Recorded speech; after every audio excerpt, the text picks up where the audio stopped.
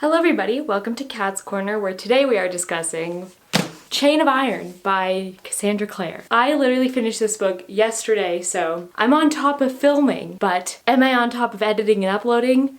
No! This is the second book in the Last Hours trilogy by Cassandra Clare. This is the newest installment in not only the Last Hours, but in the Shadowhunter Chronicles. This trilogy is also like the newest trilogy within the Shadowhunter Chronicles. Before reading this book, if you've never read a single Shadowhunter book in your life, you should definitely read The Infernal Devices before jumping into this, because these characters are the children of some characters in The Infernal Devices. It's very important that you read The Infernal Devices before going into this book. It's very key that you do that. There are also a bunch of different novellas that you should read if you want to get to know the characters more, because there is a lot of background information already about these characters before you even jump into Chain of Gold. Just a forewarning, if you want to do even more research or you feel like you were a little lost after reading Chain of Gold, check out those novellas. There's a lot of background information on these characters. If you couldn't tell, I loved this book. I will say that for non-spoileriness, the character development in this book was excellent. This is the funniest Shadowhunter series by far. If Chain of Thorns keeps it up, this is going to be the funniest Shadowhunter series. Already books 1 and 2 are funnier than some entire series. If you're looking for a way to re-enter the Shadowhunter world, if you read The Infernal Devices back in the day, I would highly recommend this series, because not only is it entertaining, but the sense of humor in it is so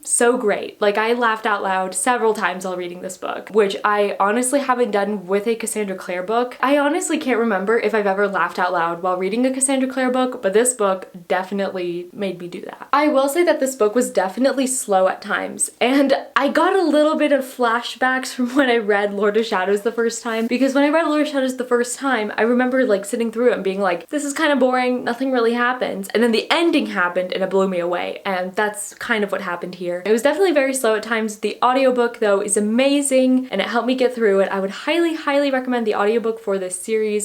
The first 2 books are narrated by the same narrator, so you should definitely check that out if you're an audiobook person. This particular book has the most unique setup of any Shadowhunter book I've ever read. The way that Cassie sets it up at the beginning was so different and so like not what I was expecting, which kind of made me appreciate it more, because I hadn't read a setup like that in a Shadowhunter book at all, and it's definitely very unique. But that's kind of all I have for the non-spoilery section. We have this gorgeous cover. That's Lucy Herondale on it, and she is holding the Blackthorn locket, and there are moths, just like my pin. That's all I have for a non-spoilery section, so if you have not read Chain of Iron, I would highly suggest you click out of this video right now, because I will be discussing a lot of spoilers. There will be spoilers for Chain of Gold in this, obviously. I'm gonna try and not spoil other Cassandra Clare books in this, so if you've only read Chain of Iron and Chain of Gold, then you should be fine watching this video. You won't be spoiled for any future Cassandra Clare books, because I'm gonna do my best to keep my mouth shut. Bye, non-spoilery people.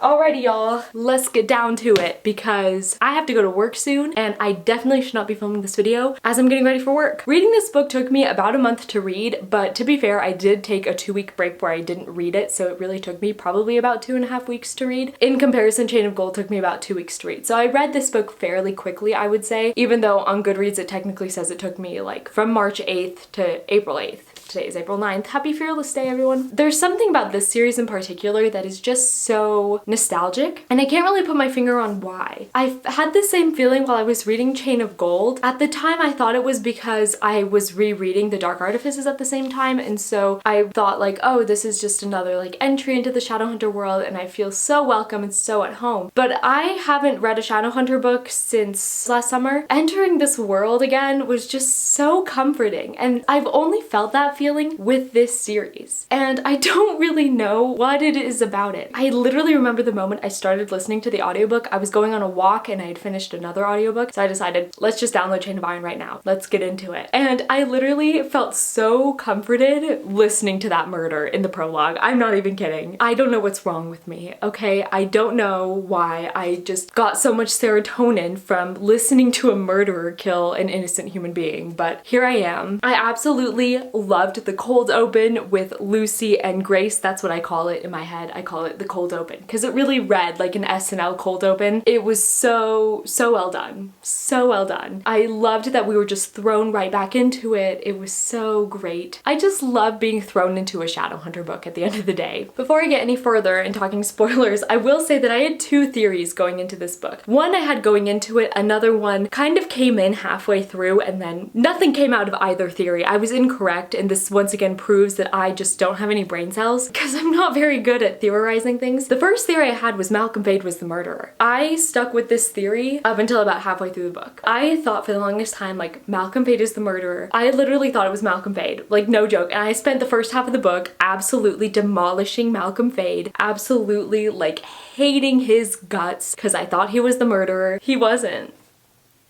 He wasn't. The other theory I had was, this came in at about halfway through. I thought that this book was gonna end with Cordelia finding out she was pregnant, which I couldn't be more grateful to be wrong about that theory. I was going to kind of be upset if that theory came true, and I was really worried we were gonna have a Breaking Dawn situation in Chain of Thorns, but I'm really glad that that did not come true. But let's take a moment and talk about James Herondale. James Herondale grew on me so much in this book. I love James Herondale to death. James Herondale is the most romantic Shadowhunter love interest, argue with the wall. He bought her a necklace for their 2-week anniversary in a fake marriage. Argue with the wall, he's the most romantic, okay? My family and I, we would have arguments over whether we preferred Matthew or James, and let's just say that I'm the black sheep of the family who loves James. No shade to Matthew, okay? I love Matthew, but James, you know, you feel me on that? The fact that James in this book overrode the bracelet because he loves Cordelia that much, just chef's kiss. I'm really looking forward to seeing more of him in Chain of Thorns. I'm interested to see him use his power more because in this book we kind of discovered that James can actually like spy on Belial. James can actually travel to other realms. Like, are we gonna visit other realms such as Thule in Chain of Thorns? Because we visited Edom in this one. Are we gonna see Thule? Are we gonna see other realms? I'm really interested in seeing how that's gonna play out because of James's power. I love him and Cordelia together. I truly adore the two of them. They are easily one of the best Shadowhunter couples. Their romance is so tragic, so angst-filled, and I cannot get enough of it. The wedding. That's all I have to say. The wedding. I loved the wedding. I was actually kind of surprised at how early on it was. I thought we were gonna get the wedding at the end of this book. I didn't really expect it to be so early on. I'm not complaining, but it once again proves that I'm really bad at theorizing. I should really make a crackpot theories video because it would just be absolutely hilarious to look back on. The wedding was stunning. It was so cute when James and Cordelia forgot they had to kiss at the wedding. The comedy in this book was top tier. Okay, we were robbed of an only one bed scene. We were so robbed of it. I'm kind of salty about it, not gonna lie. I'm a bit bitter about it. I just love only one bed scenes. Me and Cordelia were like, there's only one bed, there's only one bed. Then James Herondale goes upstairs and he's like, there are 2 bedrooms linked together by a bathroom. I lost in that moment. Cordelia lost in that moment. We all lost in that moment. I will say though that Cassie did make up for it with the discussion of the marriage rune situation. I forgive the sin of there not being only one bed because of that scene. Speaking of, how is that going to affect them in Chain of Thorns? Because they never actually put the second marriage rune on. So is that going to affect like their marriage bond? That's going to come into play in Chain of Thorns, obviously. I imagine in Chain of Thorns they're actually going to put it on each other at some point because, you know, it's book 3 and James is a Herondale. That's not gonna happen until at least halfway through Chain of Thorns, okay? It's gonna be a while. How is that gonna come into play? Are they like half married? Is Cordelia going to seriously like consider divorcing him for a while because of there only being one rune? Is someone gonna get their mark stripped? Who knows? Who knows? I am so pleased. I am pleased as punch because in my Chain of Gold review, I went back and watched it last night. Something I talked about was how I was kind of disappointed with how much I didn't love Alistair at the end of Chain of Gold, and I said we're waiting for his character development. I'm waiting to love him, and I'm very pleased to say that Alistair grew on me so much in this book that by the end of this series, I think he's gonna be one of my favorite characters. He's already like grown on me so much that I appreciate his presence. He shows up in a scene, I'm like, that's my boy. that's Alistair. But I think like genuinely by the end of Chain of Thorns, I might fully be an Alistair stan. No joke. I think it's gonna happen. Another character that really grew on me was none other than Christopher, no last name. Reference to my Chain of Gold review if you watched it. Can we talk about the glow up I had while reading Chain of Gold versus Chain of Iron? Because in Chain of Gold, I spent about 60% of it not knowing where Christopher came from and which family he belonged to. And the second that someone mentioned his name in this book, I immediately did not know who he was. Talk about growth. All kidding aside, I really loved Christopher in this book. He grew on me so much. I'm really looking forward to him and Grace's development. I'm a bit hesitant though with Grace. I really cannot stand her though. I'm more looking forward to seeing Christopher's side of that relationship rather than Grace's, because I really cannot stand Grace. Okay, this series is so difficult for me to read because I have to physically hate the Blackthorns in it, and it's so hard for me because I love the Blackthorn family, okay? I can't do it in this book. I literally hate all of them except for Jessie. Something I never talked about in my Chain of Gold review because Folklore had not come out at that time, and I also like never really talked about it on my channel. The love triangle Taylor Swift wrote in her album Folklore reminded me so much of James, Cordelia, and Grace. And this was like before I read Chain of Iron. But I remember listening to Betty and being like, this is literally James at Cordelia. We're gonna get a moment like this in Chain of Iron. And did we? Yeah, we did. Are we gonna get another one in Chain of Thorns? Yes, we are. I really thought we were only gonna get one scene and it was gonna be in this book, but apparently not. I'm starting to think that Cassandra Clare is sending Taylor Swift arcs of her books because when I finished Chain of Iron, I decided to put Folklore in shuffle because I like to feel pain. The entire bridge of Cardigan is literally how Chain of Iron ends. If you haven't listened to Cardigan, listen to it. It's literally the ending of this book. Let's talk about this bracelet. The Gracelet. I actually watched a few live streams like on release day. Something that Cassandra Clare talked about was how we were going to see in this book how the bracelet manipulates the mind, even more so past James just thinking he loves Grace. And something that was so like boggling was how he would try to take it off and then like forget what he was doing and he would end up leaving it on. Oh, when that connection happened, I nearly lost it. I was so pissed at whatever the hell this bracelet was. My reading experience while reading Chain of Iron is truly something else. You guys are gonna see why. I was reading Chain of Iron during work because I was in the back room, and for some reason the back room at my workplace just has like the worst service sometimes, but not all the time, just sometimes. I was trying to load like any social media just to like scroll for 10 minutes and none of it was loading. So I decided it's a sign I need to read Chain of Iron. Well, I opened up the Kindle app on my phone and I was reading it, and it was the scene before the bracelet snapped. The secondhand embarrassment I had in that moment, I literally had to close the Kindle app. I was like, I can't do this right now. It's so difficult being a reader sometimes. Like the secondhand embarrassment I get from reading a book in public is truly awful. It's truly awful. So I literally closed the Kindle app and I was like, you know what, whatever, I'll finish the chapter when I get home. That's when my theory of Cordelia being pregnant came to light, because I was like, oh my god, James is gonna break the Herondale tradition of book 3 right here, right now. I literally thought that. And then I thought, oh my god, if he does, then Cordelia's gonna be pregnant, and oh my god, it's gonna be like Bridgerton except Shadowhunters, and so glad I was wrong. So glad I was wrong. The chapter ends with the bracelet snapping, and when I read that, I literally dropped my phone. Like I was like just reading it and I dropped it. I dropped my phone. We don't have time to unpack all of that because we really don't, okay? I'm unpacking it now when I read that scene about a week ago. I owe Malcolm Fade the biggest apology. Do I though? No, not really. At this point, I know Malcolm Fade's timeline like the back of my hand, but while I was reading it, I just didn't know where we were in his timeline. I was so grateful that we've got his origin story in this book. I didn't expect it, but I could not be more grateful for it. Like, it's made me appreciate Malcolm Fade even more so as a character. Malcolm Fade is one of the most interesting Shadowhunter characters in the entire Shadowhunter Chronicles. This book fleshes him out even more so than I could have ever possibly imagined. His development is so brilliant. Lucy Herondale, I adore her. I really adored her and Jessie in this book. Their character growth and their growth as a couple, again, I really appreciated. I really loved seeing the two of them. At this point, I've kind of accepted the fact that Lucy did indeed fall in love with a ghost. The scene between Jessie and and Lucy, when they were like dancing in the forest, literally reminded me of Casper Meets Wendy. If you've seen Casper Meets Wendy, you know exactly what I'm talking about. But when I read that scene, I was like, oh my god, this is literally Casper Meets Wendy. I was freaking out because Casper Meets Wendy is like one of my all-time like childhood movies. I didn't know I needed that scene, but I'm so grateful that I had it in my life. Something I kind of missed in this book were the adults, which I never thought I would say in a YA book. Usually I'm very anti-adults being in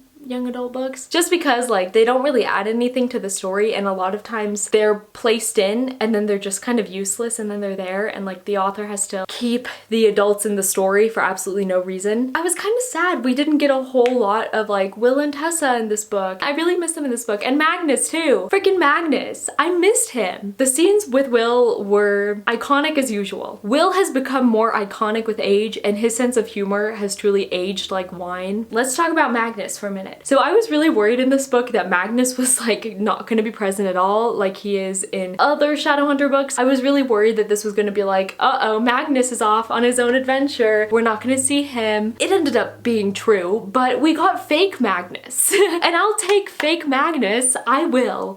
If we can't have real Magnus, we must have fake Magnus. Which then of course brings us to Lilith. Oh my god, I did not see that coming. I will say I did think that for a hot minute, Wayland the Smith was the murderer. There was a moment when I was listening to that scene, I was like, Wayland the Smith is really making Cordelia like pledge her allegiance over and over again. Is he the murderer? But he turned out to be Lilith. I was kind of disappointed that the murderer was Belial. I should have seen it coming because of the epilogue of Chain of Gold really kind of hinted at the fact that he was going to possess Jesse's body, but I also kind of forgot about the epilogue of Chain of Gold until Jesse's body ended up being possessed in this book. The last fight scene was intense. I'm really scared for Cordelia in the future, and the fact that she has sworn loyalty to Lilith. I don't know what's gonna come with that, but the fact she almost killed Lucy and Jesse, that was devastating. The emotional toil of the ending of this book was truly just so heartbreaking. It was heartbreaking seeing Cordelia realize who she had sworn her loyalty to. It was heartbreaking watching her try not to kill her future parabatai and her future parabatai's boyfriend's body. And the fact that James like recited his wedding vows to her, the most emotional battle scene I think in the history of Shadowhunter Chronicles is in this book. Oh god, the ending. So this brings us to the ending. I have a lot to talk about here. I have a lot to talk about the ending. Again, I watched live streams on release day and Cassie said it herself, like, this isn't Lord of Shadows, and I was like, thank god. And then she said, oh, it's like Clockwork Prince. I was like, oh, okay. And I couldn't really remember much of Clockwork Prince's ending. I could only remember one distinct heartbreaking moment, and I remember that moment being heartbreaking. At this point, it's been like too long since I've read The Infernal Devices that I just didn't really think anything of it. I was like, oh, if it's like Clockwork Prince, I'm gonna be fine by the end of this book. I'm gonna be so fine. I've never been more wrong in my entire life. I was literally reading the book on my Kindle instead of doing my assignments yesterday. I was reading it, and when James was like, thank god, like this is over, I was like, yes, it's over. I was celebrating. Reading the last chapter, I started screaming at the book, which is something I haven't done since I read After We Collided. I don't really like yell at books when I read them, except for the After series, because that shit deserves to be yelled at. I started screaming, I was cheering, I was like, yes, it's over. He broke the damn bracelet. Grace is gonna go to jail. And then Cordelia left because she eavesdropped because James's dumbass reacted with, thank god, when Grace appeared at the door. James Herondale is a certified male wife himbo, and I do love him for it, but there are times, man, where it's frustrating.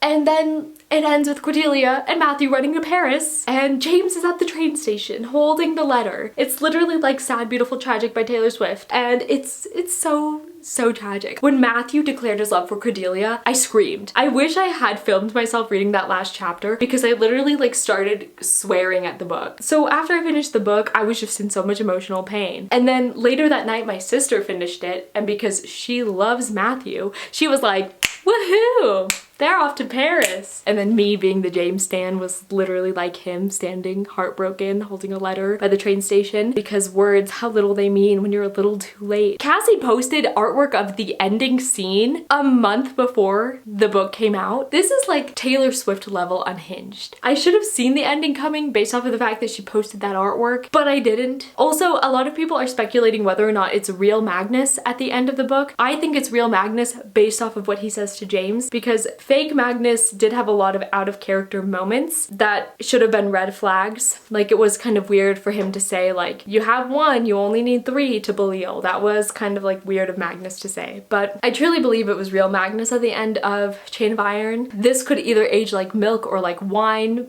We'll see next year. Oh, and another thing, it was really funny that Will didn't even blink at the fact that James was planning a honeymoon with his parabatai and wife, because of course Will would bring his parabatai on his honeymoon. I'm looking forward to Chain of Thorns. I'm still like processing everything that kind of went down in this book, and I really do want to reread both Chain of Gold and Chain of Iron before Chain of Thorns comes out. I'm looking forward to see how much of Chain of Gold sets up Chain of Iron, and then having Chain of Iron fresh in my head going into Chain of Thorns is going to be really helpful, I think. But I'm still processing. This ending is one that's gonna live rent-free in my mind. Oh, I totally did not even mention Lucy and Jesse. What was that? What's the repercussion for that? Is this gonna like finally drive Malcolm Fade to madness? Are we gonna see this happen, or is he gonna still be moral Malcolm? I guess we'll have to stay tuned, but I'm really looking forward to Chain of Thorns. I'm really looking forward to it. But that's kind of all I have for this review. This was kind of a mess. I'm kind of all over the place, but if you like this video, give it a thumbs up. Subscribe to my channel. Let me know down below some of your thoughts of Chain of Thorns, because I would love to know, and I will see you in the next one. Bye!